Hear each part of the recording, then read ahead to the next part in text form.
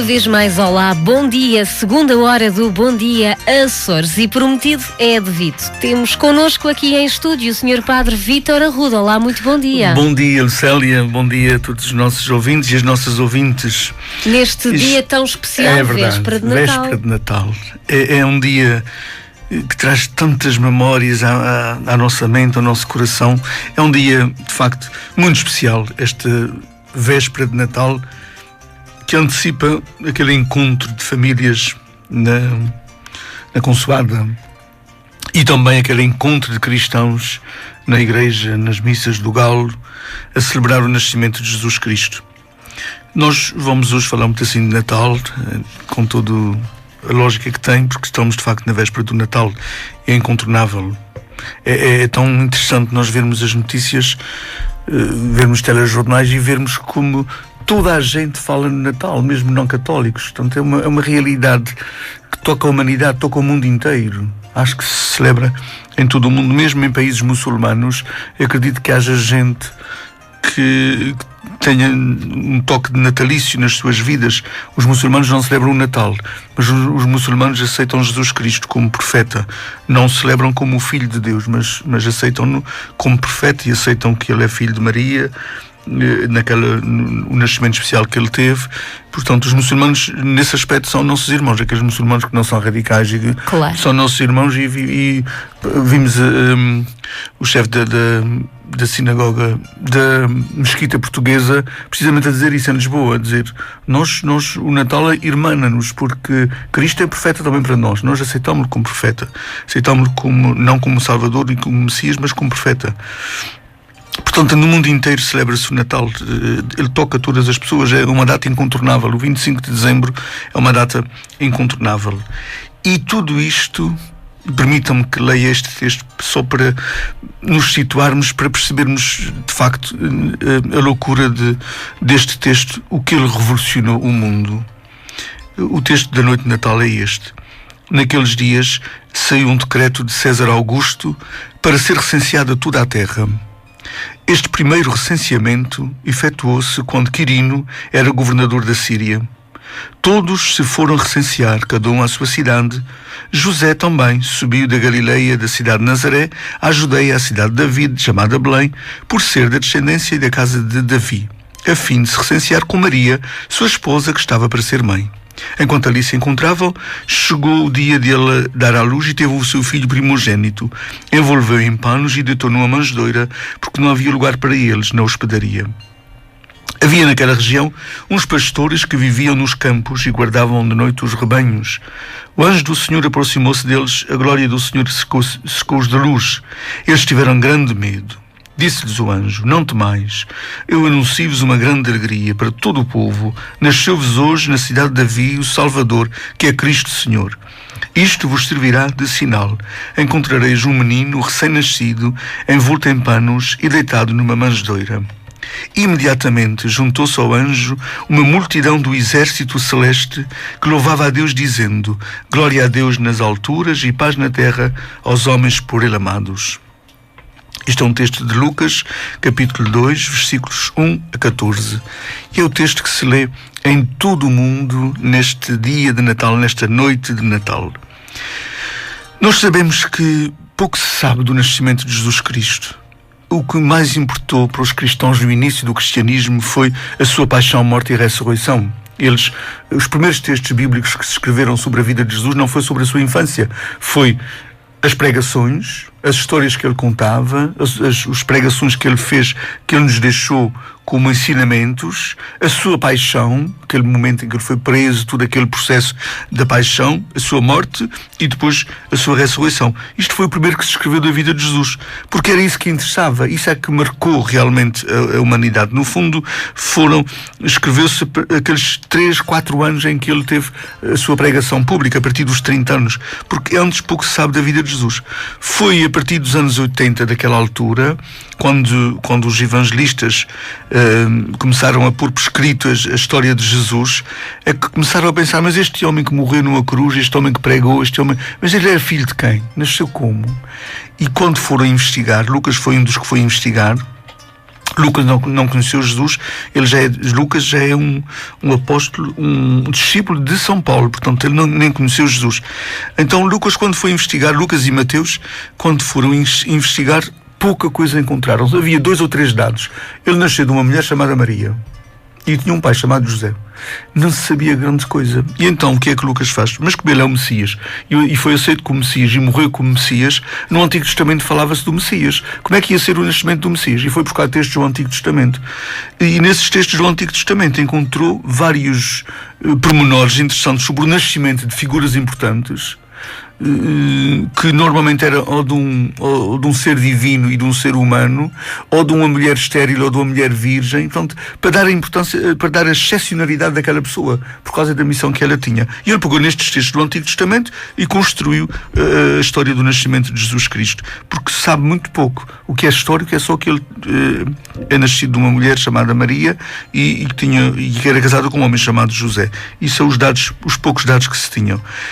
O texto que nós acabamos de escutar fala-nos inclusive do imperador César Augusto, de um recenseamento, e fala-nos de Jesus ter nascido numa manjedoura. Do outro dia aqui no programa do Padre Rui expliquei essa história da manjedoura. As pessoas acham ninguém quis receber Maria, ninguém quis receber Jesus. Eles não estavam na sua terra, portanto tinham que ir dormir a uma hospedaria, um hotel, vamos dizer assim, naquela altura. Mas eles eram todos judeus, esse povo era todo judeu. Havia muitas restrições em relação às grávidas.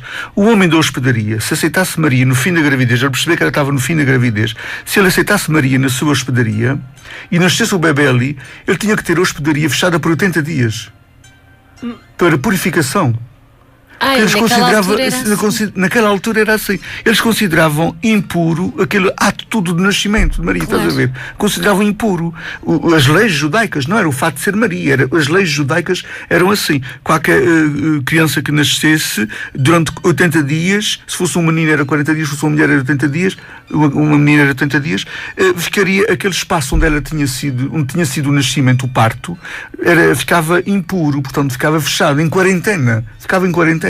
Ora, diz-me uma coisa, numa altura em que estava havendo um recenseamento, que muita gente ia às suas cidades recensear-se, não interessava nada ao dono da hospedaria ficar fechado, não é? Porque o bebê podia nascer entretanto, e nasceu de facto. Ele teve que arranjar um lugarinho ali onde aquela criança nascesse e não contaminasse, em termos de legislação judaica, não contaminasse a hospedaria para ele continuar a receber os seus, porque ele tinha que fazer a sua vida, tinha que fazer o seu negócio. A gente percebe, a gente entende isto. Portanto, não foi porque não quiseram aceitá-lo, não foi porque às vezes dá a entender que aquilo... A ideia também que nos passa é que estava tudo muito cheio na altura, eles não tinham lugar...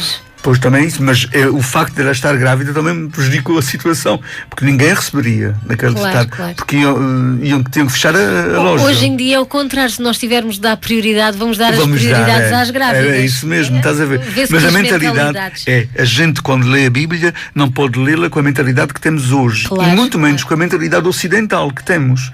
Nós os ocidentais, os europeus ocidentais, porque muitas destas coisas ainda hoje na Palestina, na terra dos judeus, ainda é assim. A legislação para eles manteve-se. Em eles não tendo aceitado o Messias, eles continuaram com a legislação, com as leis que tinham naquele tempo. Portanto, em muitas coisas eles ainda funcionam assim.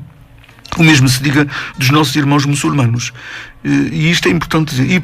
E não temos que pensar que Maria, se sair de casa sabendo que o bebê estava quase a nascer, ela é uma mãe cuidadosa, ela preparou-se para o nascimento do menino, ele foi envolto em panos. O que é que quer dizer envolto em panos? Nos melhores tecidos que ela preparou durante a sua gravidez. Porque aquelas mulheres, aquelas mulheres teciam, aquelas mulheres trabalhavam o linho. Jesus deve ter sido envolvido no melhor que se pode imaginar, porque Maria levou consigo. Claro. Ela teve preparando durante a sua gravidez e levou consigo, sabendo que o bebê ia nascer durante aquele tempo que ela estaria fora. Aquelas viagens naquela altura duravam muito tempo, eram viagens de burrinhos, portanto duravam muito tempo, não é de ir num dia e vir no outro. Portanto, o menino foi muito bem envolvido, muito bem acolhido. Aquilo estava tudo muito bem preparado, de certeza absoluta, porque Maria não era uma mulher desmazelada, Maria era uma mulher que sabia que estava à espera de um bebê e cuidou-se. Normalmente as viagens eram feitas em caravanas, eles levavam, havia muitas carroças, aqueles carruagens que levavam os mantimentos necessários para a viagem e para depois para a estadia. Claro. Tudo foi preparado com muito cuidado. Portanto, não pensemos que Jesus não foi bem acolhido. Ele foi muito bem acolhido. Maria e José representaram muito bem a humanidade que acolhe, a humanidade que aceita o estrangeiro, que aceita o outro. Ele veio do céu, ele foi muito bem acolhido aqui na Terra. É interessante, a primeira ideia que este texto nos dá é esta. O Natal é o maior ato de fé que Deus faz na humanidade. É impressionante, não somos nós que fazemos um ato de fé em Deus, é Deus que acredita em nós. O facto de Jesus vir ao mundo, ele, o Filho de Deus, arriscar vir ao mundo, sabendo as contingências que implicava vir ao mundo, nós sabemos como é que é a vida neste planeta, o facto dele arriscar, dele vir cá, isso é um ato de fé que Deus faz em nós. E isto é importantíssimo. A humanidade não está perdida. Por mais que o mundo pareça perdido, mais que a gente começa agora já, alguns para aí levantar a hipótese de terceira guerra mundial. Não, pode vir a terceira, a quarta e a quinta, o mundo não vai desaparecer, porque Deus confia em nós e está nas mãos de Deus. Desta maneira de esperança. Absolutamente, então não é Deus. O Natal é um ato de fé que Deus faz na humanidade. Ele acredita em nós. Há muita gente a fazer mal no mundo, mas há muita gente a fazer o bem. E isso é um facto. E isso há milhões de anos. Portanto, Deus acredita em nós. É Ele que acredita em nós. Porque Ele confiou-nos o seu Filho. Ele confiou-nos o seu Filho. A melhor pérola preciosa que Ele tinha, Ele confiou a nós. O seu Filho. Portanto, é porque Ele acredita em nós. É porque Ele sabe que nós somos capazes. Esta criança... nós percebemos, é uma criancinha, quer dizer, o que é esta criança perante o imperador? O texto confronta aqui o imperador César Augusto, que tomou a decisão de fazer um recenseamento para saber quanto a população tinha para pagar os seus impostos, para atualizar os seus impostos. E no meio de tudo isto, há um acontecimentozinho numa aldeiazita em Belém, que ninguém, nem o imperador sabia que essa aldeia existia. Nós sabemos que a terra de Jesus naquela altura, a Palestina, era uma província romana. Os romanos estavam dominando a Palestina. Havia uma aldeiazita ali, Belém, e é impressionante. Entre um acontecimento e o outro, o que mais marcou a história da humanidade não foi o recenseamento, que depois nunca mais falou nele, foi o nascimento daquela criança. É um grãozinho de areia que mudou o curso da história. Aquilo naquela altura é um grãozinho, é mais uma criança que nasce, mas este grãozinho de areia mudou o curso da história. A sorte do mundo é decidida em Belém, não é decidida em Roma. É interessante vermos isso. Não foi em Roma que foi decidido, foi em Belém. Foi num lugar onde ninguém dava nada por aquilo. Belém é a cidade de David, a terra de David. Ninguém dava nada por aquilo. Portanto, não foi em Roma com o imperador que o mundo mudou. Foi em Belém, com o menino que nasce, de uma manjedoura, de um homem e de uma mulher. E isto mudou a humanidade. Mudou o curso da história. Nós sabemos que o calendário que seguimos é o calendário do nascimento de Jesus. Pois. Estamos no ano 2014, depois do nascimento de Jesus. Oficialmente estamos no ano 2021, porque houve um erro no cômputo inicial, mas estamos no ano 2014 depois do nascimento de Jesus. Portanto, não foi o imperador que marcou a história da humanidade, não foi aquele imperador que tomou aquela decisão histórica, foi aquele menino. Depois, um menino que vai depender vai depender de nós de tudo. Aquele menino tem que ser criado por aquela mãe, tem que ser amamentado por aquela mãe, tem que ser acarinhado por aquela mãe. Aquele menino quando nasce, ele quase que se despoja da sua condição divina. Ele tem que aprender tudo de novo. Ele tem que aprender. A criança, quando nasceu, a gente às vezes pensa que Jesus teve consciência que era o Filho de Deus desde bebê. Ele foi um bebê absolutamente normal. Ele foi um adolescente, uma criança absolutamente normal, um adolescente absolutamente normal. Ele só se apercebeu que era o Filho de Deus à medida que foi fazendo a sua caminhada de intimidade com o Pai a partir dos 30 anos. Portanto, ele foi um homem absolutamente normal e, como criança e como bebê, totalmente dependente daquilo que os pais lhe fizessem. Como qualquer criança? Como qualquer criança. Portanto, ele não tinha consciência, quando era bebê, que tinha sido o Filho de Deus encarnado em Maria e que portanto, não precisava de se amamentar, não precisava... Ele tinha que ser protegido do frio, tinha que ser protegido do calor excessivo, tinha que se amamentar, tudo como nós. Portanto, ele precisava constantemente dos abraços dos pais. É curioso nós vermos o aconchego.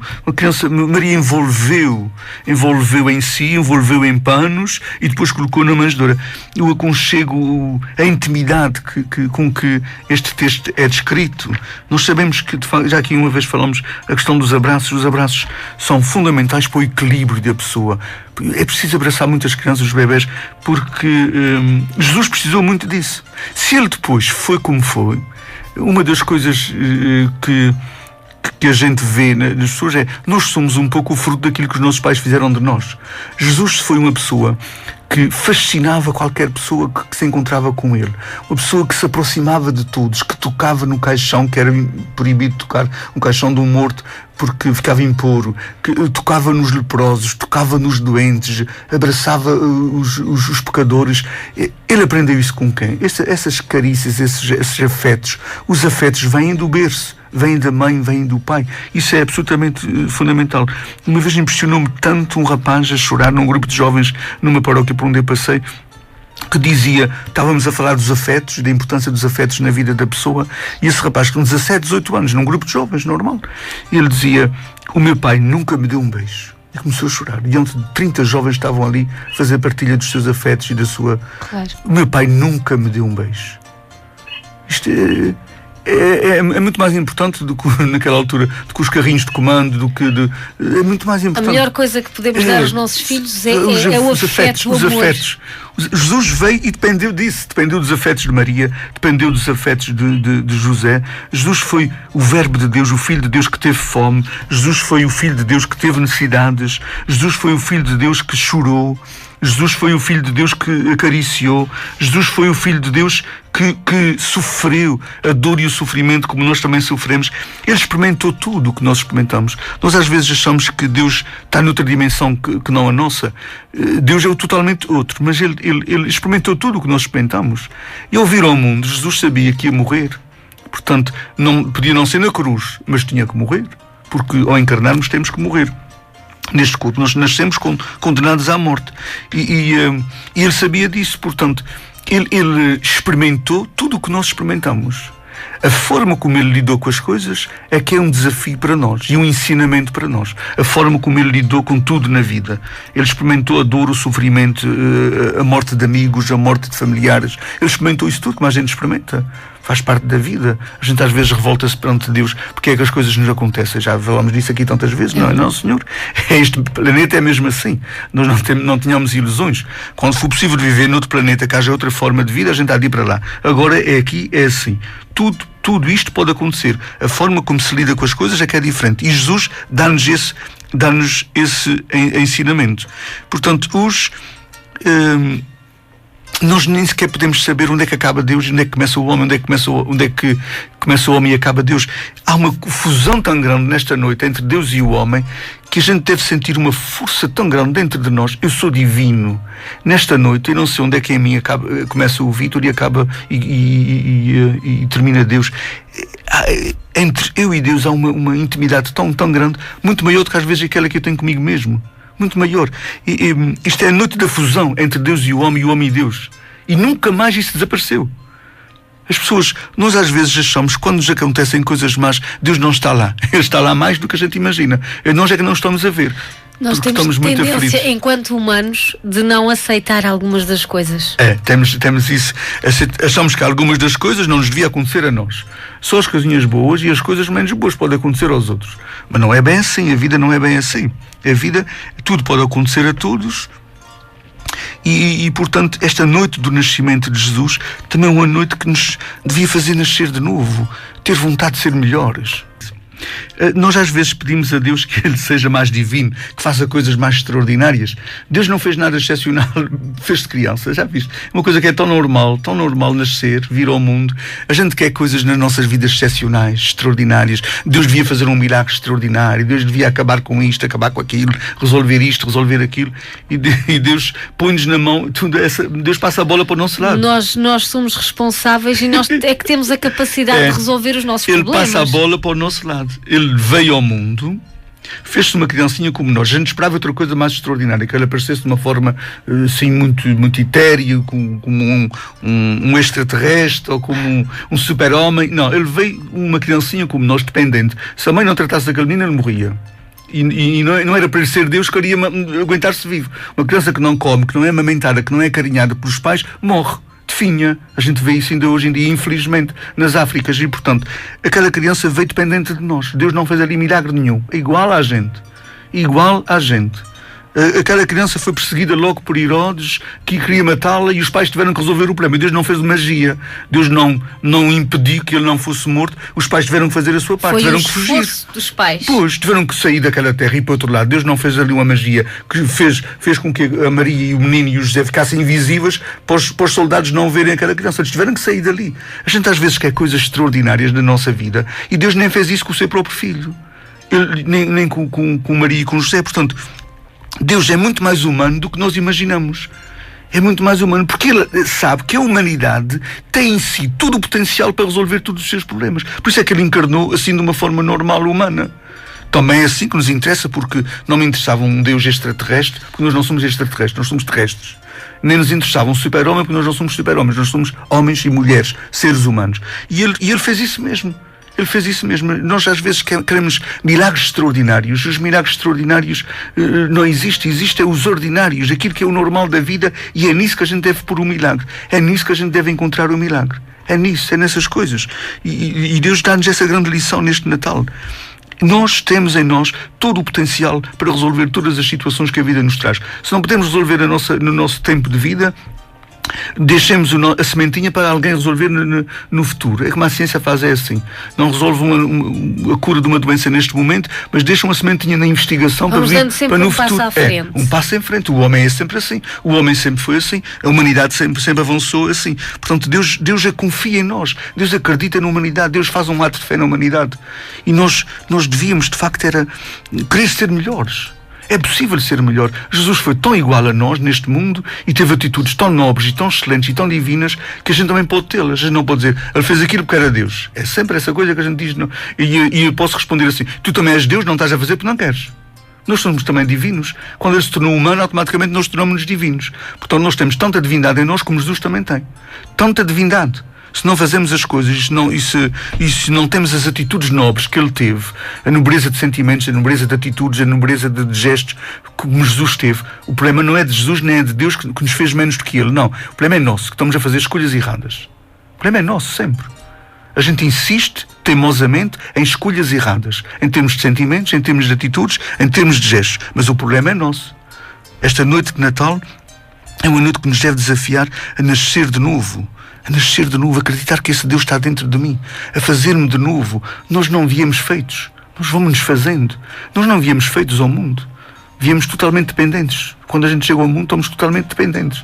Portanto, a gente vai-se fazendo. Então eu tenho que me fazer melhor cada vez mais. Tenho que me fazer melhor, todos os dias tenho que me fazer melhor. E isso é possível, e fazer-me melhor por dentro. Que é essa, de facto, a grande lição que o Natal nos dá. Este menino diz-nos que nada está perdido, que ninguém é um caso perdido, que para Deus não há casos impossíveis, que tudo é possível para quem confia, para quem acredita. Sem dúvida. É esta a mentalidade que nós devemos ter nesta noite de Natal. E sermos, se calhar, um bocadinho mais espirituais neste dia, nesta noite. É tão importante percebermos essa dimensão divina que temos dentro de nós. Eu digo tantas vezes, nós não somos... nós somos seres espirituais temporariamente encarnados. Portanto, ou seja, eu vou viver bilhões de anos, tu vais viver bilhões de anos na tua dimensão espiritual, o teu ser divino, o teu ser espiritual. No corpo vivemos 80, 90, 100 anos, neste corpo, mas nós já existíamos antes. Nós, quando vimos ao mundo, já também encarnamos como Jesus. A gente acha que a encarnação de Jesus foi diferente da nossa, absolutamente igual à nossa. Os nossos pais pensaram-nos e nós viemos ao mundo, mas já estávamos em Deus antes. Nós somos um pensamento de Deus que os nossos pais assumiram como seu e agora fazemos a nossa história, vamos-nos fazendo neste mundo para depois voltarmos para esse Deus eternamente. Portanto, vamos viver bilhões de anos.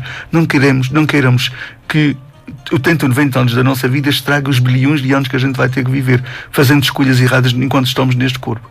Temos que pensar que as nossas escolhas depois têm essa consequência na eternidade, em termos de maior excelência ou menor excelência que eu vou viver na minha eternidade. Muito bem. Nós estamos quase nas 9h30 temos a agenda temos a nossa agenda e depois pedi-lhe também que o Sr. Padre se pudesse deixar aqui uma mensagem para todos os ouvintes do Asas do Atlântico, uma mensagem de Natal. Aliás, esta é a minha mensagem de Natal. Exatamente aquilo que... Esta é a minha mensagem de Natal, é que a gente não desista de nós mesmos. Nós às vezes desistimos de nós mesmos. Nós às vezes fazemos como a Gabriela. Eu nasci assim, vou ser sempre assim. E depois mal encarado e mal disposto. Há pessoas que parecem que tomam vinagre logo de manhã. Há pessoas que parecem que só comem laranjas amargas, que têm muita amargura dentro de si. Não queiramos desistir de nós mesmos. Deus não desistir de nós. Não queiramos nós desistir de nós mesmos. Nós temos todo o potencial para sermos melhores e para resolver aquelas situações que a gente acha que não tem que resolver porque eu sou assim, porque nasci assim. Se aquilo me faz mal, se aquilo prejudica a minha relação com os outros, eu devo melhorar, eu devo mudar na minha vida. Isso é importante. E vamos à agenda. Então, hoje, noite de Natal, temos 2 missas do Galo. A nossa ilha é tão pequenina que não há distâncias em Santa Maria, não há distâncias. Isso é uma consciência. Eu lembro um irmão meu que teve que andar uma vez 100 km para ir à missa do Galo, no Canadá. Nós não temos distâncias. Aqui ao lado, Santa Bárbara é aqui ao lado, a Matriz é aqui ao lado, São Espírito é aqui ao lado, quarto de hora, 10 minutos, a gente chega aos lugares. Só há 2 missas do Galo. Qual é o problema das pessoas se deslocarem de um lugar para outro? Nós somos comunidades irmãs, uma ilha única. Há 2 igrejas na nossa ilha que vão ter 2 missas do Galo este ano. É a Matriz e é Santa Bárbara. Qual é o problema do Santo Espírito vir em Santa Bárbara? Qual é o problema de São Pedro vir à Matriz? É tão pertinho, tudo tão pertinho. Se naquela noite de missa do Galo fosse distribuída a cada um 1.000 euros, eu tenho certeza absoluta que todas as pessoas viriam à missa do Galo. Fosse à 1 da manhã, às 2 da manhã. Até os velhinhos não viriam. iriam se importar com as distâncias. Não se importariam com as distâncias. Porque as distâncias aqui em Santa Maria são mínimas. Não existe. É pecado, é um atentado eu dizer que é muito longe. Não tem lógica. É tudo tão pertinho. E nós vamos para todo o lado quando queremos. Os idosos vêm para o Asas maravilhosos fazer o seu desfile de modas naquele dia do idoso, que é lindíssimo, eu gosto imenso daquilo. Não pode ir à sua missa do Galo. Então pode vir para aqui e não pode ir à missa do Galo. Claro. Os idosos deslocam-se na altura do Carnaval para as danças, que também são lindíssimas aqui, para as marchas. Vão horas antes para ter lugar nos adros das igrejas. Não podem deslocar-se agora, na noite de Natal. Então qual é a diferença? Antigamente a gente ia para a missa do Galo, os caminhos eram de terra e não havia luz elétrica. A gente levava uma pilha na mão. Hoje temos os caminhos maravilhosos e temos luz elétrica. Queixar-se é pecado em Santa Maria, seja do que for. Nós estamos num cantinho do céu. Queixar-se é pecado. Isto é para qualquer idade. Nós temos todas as hipóteses do mundo para ir para todo o lado quando queremos. Portanto, 2 missas do Galo em Santa Bárbara e na Matriz, às 23h30. E no dia de Natal temos missa às 11 horas em São Pedro, às 11h30 em Almagreira, às 12h30 em Santo Espírito e às 18 horas no aeroporto. Na sexta-feira não há missa em Santo Espírito. No sábado temos a missa no aeroporto de novo às 18 horas. O sábado e domingo são o dia da família. Por causa da família de Nazaré, é o dia da família. É neste dia, o dia de Natal não é o dia da família, é o dia de Natal. O dia da família, na época natalícia, é o domingo entre o Natal e o Ano Novo, sempre. É o dia da Sagrada Família e por causa disso... É o último domingo do ano. É o dia da família. Portanto, a gente diz, a festa do Natal é festa da família. Não, a festa do Natal é festa do nascimento do menino Jesus. Dentro da quadra natalícia há um domingo próprio para a família, que é o último domingo do ano. Neste ano, calha no dia 28. Então há a missa no sábado 27 da família às 18 horas. E no domingo, as missas de horário normal, 10 horas Matriz São Pedro, 11h15 Santa Bárbara, 11h30 Almagreira, 12h30 Santo Espírito. Então um Natal que seja realmente um nascer de novo para todos nós. Nascer de novo nas emoções, nascer de novo nos sentimentos, nascer de novo nos gestos, nas atitudes, nascer de novo nos relacionamentos. É possível começar de novo. Há aquelas situações nas nossas vidas, todos nós as temos, que a gente sabe que se for falar nelas ainda, vai levantar uma onda tão grave que vai prejudicar. Então vamos resolver e dizer assim, olha, está resolvido. Vamos pôr isso para trás e vamos começar de novo. O Natal é a época disso mesmo. É a época da gente pôr de lado aquilo que achamos que não tem solução e começar de novo, também com essas pessoas com quem achamos que não há saída. Deus diz-nos neste dia de Natal que há sempre saída. Deus diz-nos neste dia de Natal que Ele acredita na humanidade, Ele acredita em nós. Não desistamos nós de nós mesmos. Nós não podemos desistir de nós e achando que vamos ser sempre assim, que não tem nada a mudar. Deus não desiste de nós, não façamos isso nós. Não desistir de nós e acreditar que é possível sempre ser melhor e fazer melhor. É verdade, esta nossa conversa. Um grande abraço e um beijinho para todos e todas. E não esqueçamos, os abraços, os afetos são muito importantes, dão saúde e fazem crescer. E é por aí, nós começamos por aí mesmo. Se dermos afetos e abraços aos nossos filhos, temos o amanhã deles garantido. É mesmo. E o hoje dele também. Um feliz e santo Natal para ti si. Também, muito Célia, obrigada. Obrigada.